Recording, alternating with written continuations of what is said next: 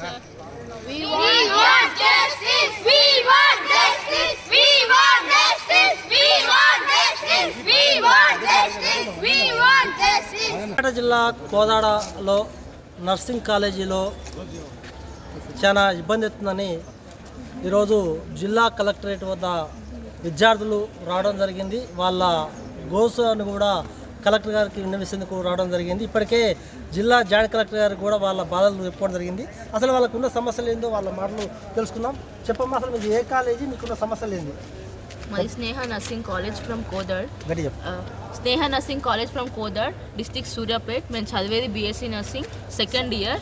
మాకు అక్కడ fees only మా ప్రాబ్లం ఫీజెస్ ఒకటే కాదు, మాకు చాలా ప్రాబ్లమ్స్ ఉన్నాయి. కాలేజే ప్రాబ్లం, కాలేజ్ మేనేజ్మెంటే ప్రాబ్లం.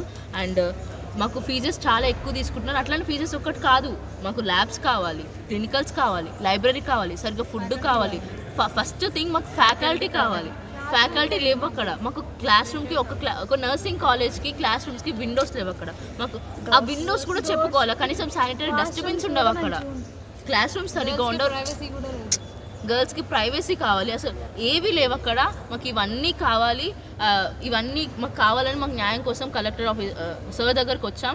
సార్కి మేము నిన్న వచ్చాం సార్ దగ్గరికి. నిన్న వస్తే సార్ అన్నారు ఆర్డీఓ సార్కి చెప్పాము వెళ్ళండి అని అన్నారు. అక్కడికి వెళ్తే ఆర్డీఓ సార్ డిఎంహెచ్ఓ సార్ అన్నారు, డిఎంహెచ్ఓ సార్ ఎంఆర్ఓ సార్ అన్నారు, ఎంఆర్ఓ సార్ ఇంకొక మేడం అన్నారు. కానీ ఇంతవరకు మాకు ఎలాంటి యాక్షన్ లేదు.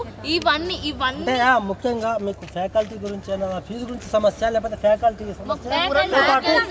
సమస్యలు ఉన్నాయి? సార్ ప్రొఫెషనల్ కోర్స్లో ఉన్నాం మేము. బీఎస్సీ నర్సింగ్ అంటే it's a professional course. Professional కోర్స్లో కూడా పేరెంట్స్ కూడా మమ్మల్ని కొట్టరు. ఏదైనా మిస్టేక్ చేస్తే ఇది నాన్న ఇది అని బుజ్జగిస్తారు తప్ప కొట్టరు. ప్రొఫెషనల్ కోర్స్లో కొట్టడం ఏంటి సార్? మ్యాన్ హ్యాండ్లింగ్ చేస్తున్నారు సార్, చేయి చేసుకోవడం ఏంటి సార్?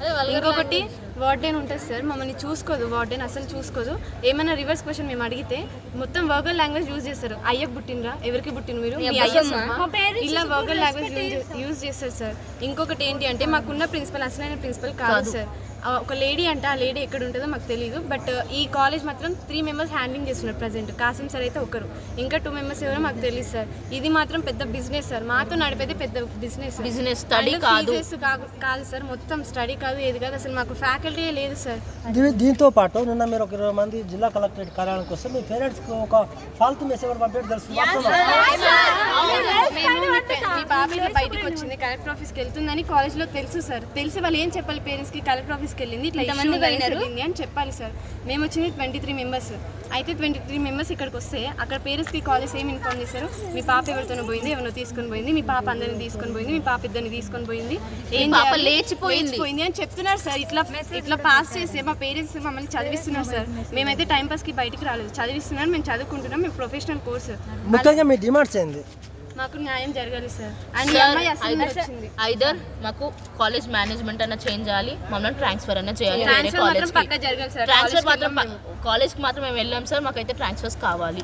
అండ్ ప్రిన్సిపల్ మాకు వద్దు సార్, ఆ ప్రిన్సిపల్ కాదు సార్, మాకు ఒరిజినల్ ప్రిన్సిపల్ కాలేజ్ మేనేజ్మెంట్ మాత్రం చేంజ్ చేయాలి. స్టూడెంట్స్ మాత్రం చెప్పేది ఒకటే ఏంటంటే కోదాడలో ఉన్నటువంటి నర్సింగ్ కాలేజ్ మాత్రం చాలా అక్రమాలకు పాల్పడుతుంది. ఎందుకంటే అక్కడ మేనేజ్మెంట్ అనేది సరిగా లేదు, మమ్మల్ని మొత్తం కూడా దూషిస్తున్నారు. అవసరం వస్తే మా మీద మ్యాన్ హ్యాండ్లింగ్ కూడా చేయడం జరిగింది. ఎందుకంటే ఒక అమ్మాయి సూసైడ్ చేసుకుందంటే సరే ఎంతవరకు దారి తీసిందో చెప్పాలి. ఎందుకంటే ఆల్రెడీ ఫీజు కట్టినా కూడా 3 లక్షల రూపాయలు ఎడ్యుకేషన్ లోన్ తెచ్చుకుంది. దాంట్లో 2 లక్షల రూపాయలు పేమెంట్ చేసినా కూడా ఇంకా కట్టాలని వేధిస్తున్న తరంలో ఆమె సూసైడ్ చేసుకోవడం జరిగింది. అయినా కూడా మాకు న్యాయం జరగలేదు. గత 2 వారం నుంచి కూడా మేము చాలా ఇబ్బందులకు గురవుతున్నాము. జిల్లా కలెక్టర్ గారి కార్యాలయానికి రావడం జరిగింది. మాకు జిల్లా కలెక్టర్ గారు న్యాయం చేస్తారని మేము కోరుతున్నాం. ఒకవేళ న్యాయం జరగకపోతే మాత్రము మేము ఎంతకైనా కూడా మీ సూసైడ్స్ కూడా వెనకడమని కూడా విద్యార్థులు పేర్కొంటున్నారు. క్యూ న్యూస్ ఛానల్లో పనిచేయటకు అనుభవం గల సీనియర్ వీడియో ఎడిటర్స్ కావాలను సంప్రదించవలసిన నెంబర్ 8688926084. qnewsads@gmail.com ను సంప్రదించండి. లైక్ చేయండి.